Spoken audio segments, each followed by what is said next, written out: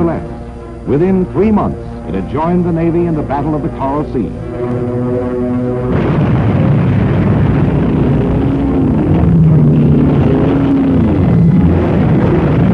Helping to sink 19 enemy vessels.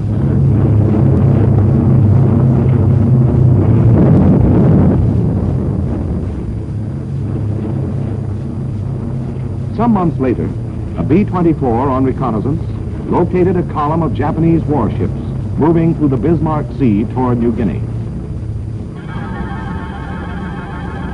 This was the 5th big chance. Every available plane was sent into action.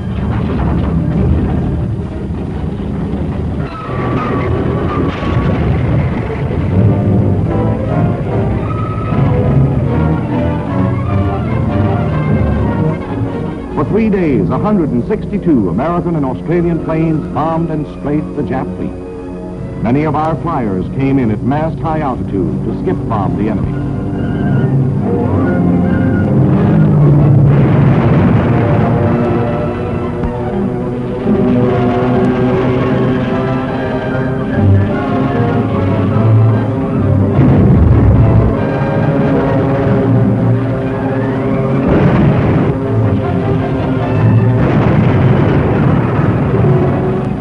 At a cost of only 6 of our planes and 13 of our men, the convoy was smashed and an entire division of Jap troops wiped out.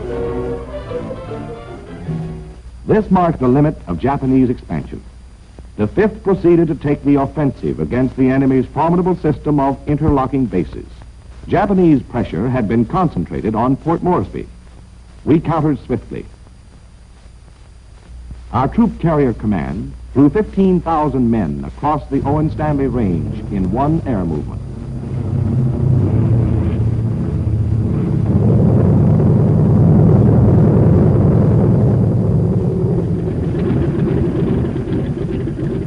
Then kept them supplied with more than 2 million pounds of food and equipment a week.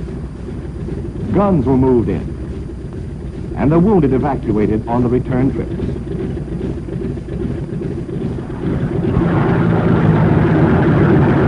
Following the spearhead came the engineers. Sometimes they had equipment, sometimes they improvised. Whatever their tools, they built airstrips out of the jungle in record time. From these advanced airstrips, the 5th was able to strike deeper into the Jap perimeter. Rabaul.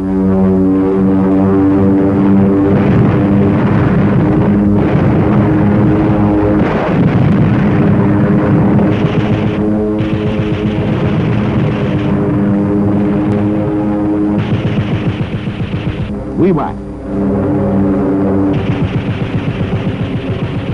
We strafed enemy airfields and installations again and again. When the Japs tried to hide their planes in the jungle, fragmentation bombs suspended from parachutes blanketed the area.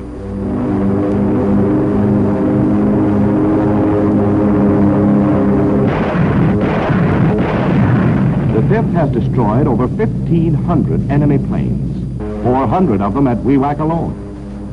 Our air superiority in the Southwest Pacific has been definitely established. To counter the Jap threat, we're building our own network of air bases on territory recaptured by our combined operations. In this task, the 5th has been reinforced by the 13th Air Force, which was organized a year after Pearl Harbor. Together, these two air forces are driving forward on one of the several roads to Tokyo.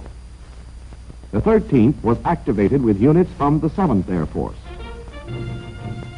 Today on Hickam Field, the devastation of Pearl Harbor has been repaired, and a new and better Air Force is making history. Just a year after Pearl Harbor at midnight, the bombers of the 7th flew out of Hickam on the longest massed offensive flight ever made. With Midway as the only stopping point, they flew 5,000 miles to bomb Wake Island in a surprise attack. To the south, the 7th established its bases on the Ellice Islands. From here, it battered Jap defense installations on the Gilberts. Advanced bases on the Gilberts the 7th put into combat a new weapon. In addition to its deadly 50 caliber machine guns, this B-25G was equipped with a 75 millimeter cannon.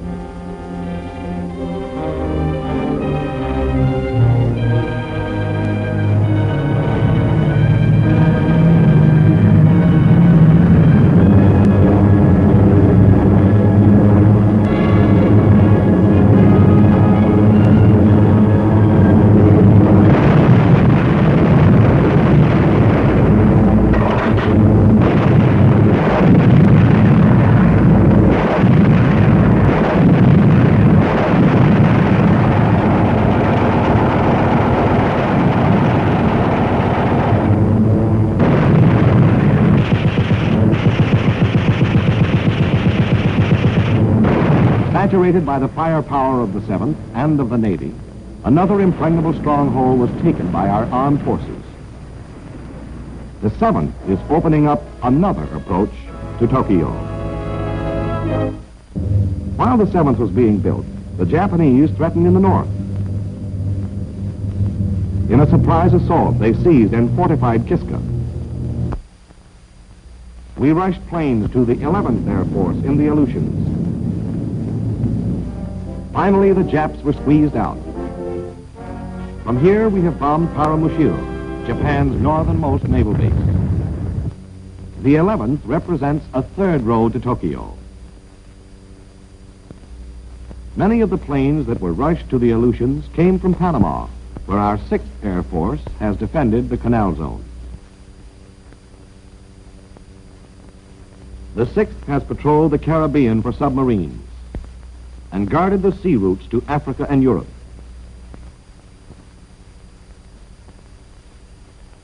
Based in England is our 8th Air Force, within striking distance of German production centers. Germany's highly developed industries are the mainstay of her war effort.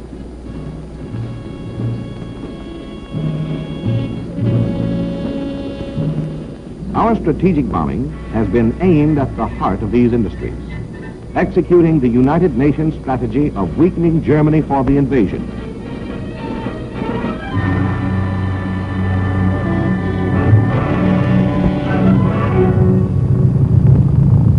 Precision bombing by daylight has been the American contribution.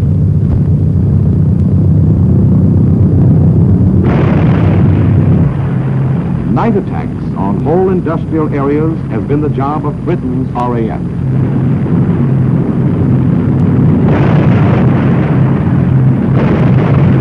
This double blow has raised havoc with German war production. German defenses have had no rest under the 24-hour offensive.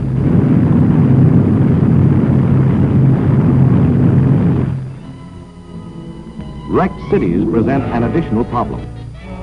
As this captured film shows, the Army has been forced to take charge of Berlin's frightened population.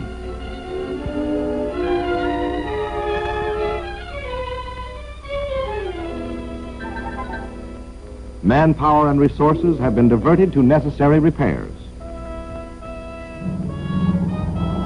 In 1943, a series of outstanding attacks marked the development of strategic bombing. Submarine yards, marshalling yards, synthetic rubber, shipyards, ball bearings, and then aircraft plants. Regensburg, Marienburg, Kassel.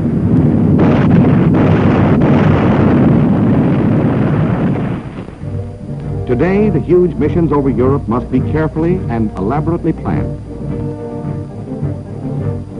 Our flyers can expect any trip to develop into a major air battle. At a dozen scattered airfields, the bombers are assembled and moved to the starting lines.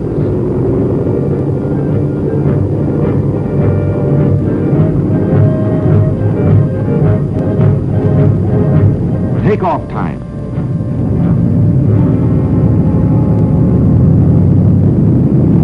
and the imposing forts and liberators thunder into the gray English dawn.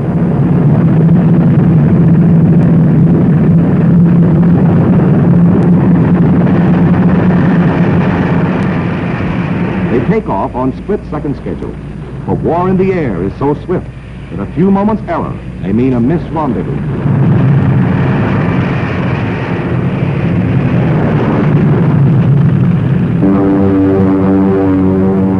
At the fighter fields, thunderbolts are ready.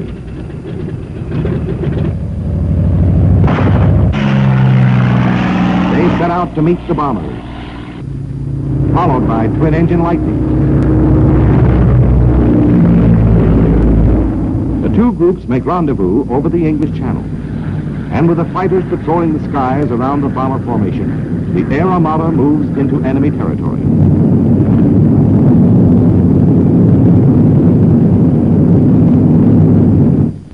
News of the approaching air invasion is flashed through the German warning system.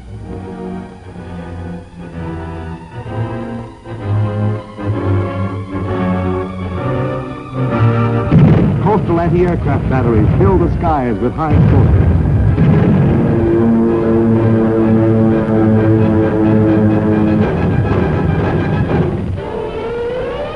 Alarm sirens wail over the German fighter fields and pilots sprint to their planes.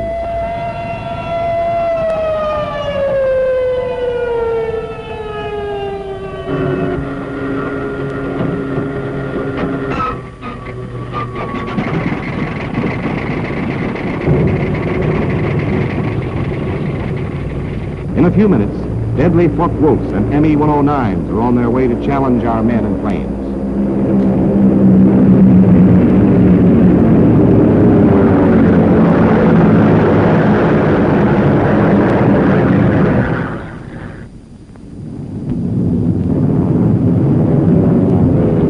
Our fighters peel off to meet the enemy threat, and the battle is on.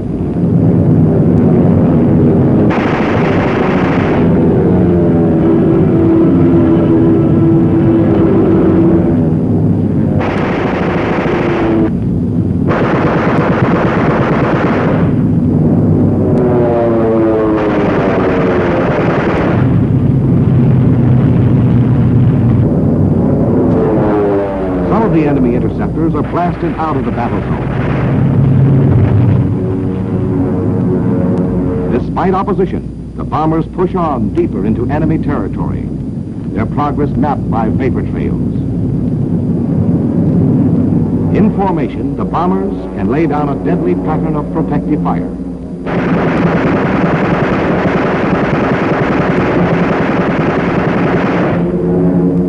Nevertheless, the enemy fighter attacks, plus the anti-aircraft barrage, take their toll. Our planes begin to show damage. Some drop behind. Above the battle, the enemy commander locates the stragglers. His fighters close into the kill. This is called the Big Lead. Look at the battle from the German angle, through German cameras, and see why.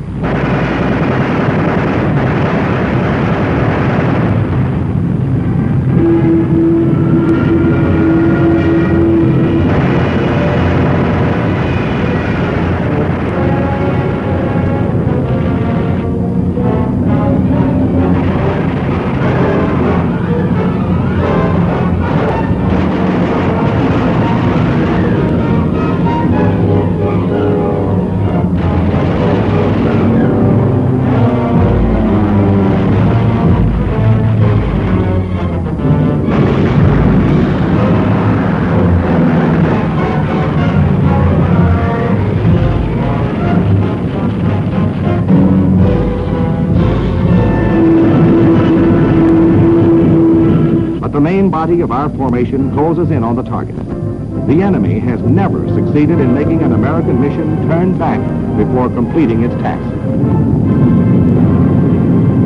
Despite the threat of sudden, violent death, our flyers stick to their job until the bombs are away.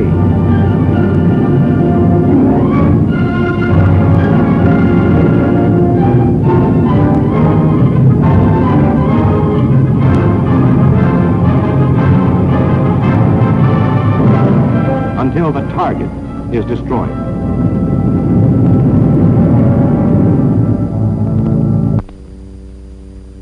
While the 8th hammered Europe, a new Air Force, known by the code name of Junior, had been activated.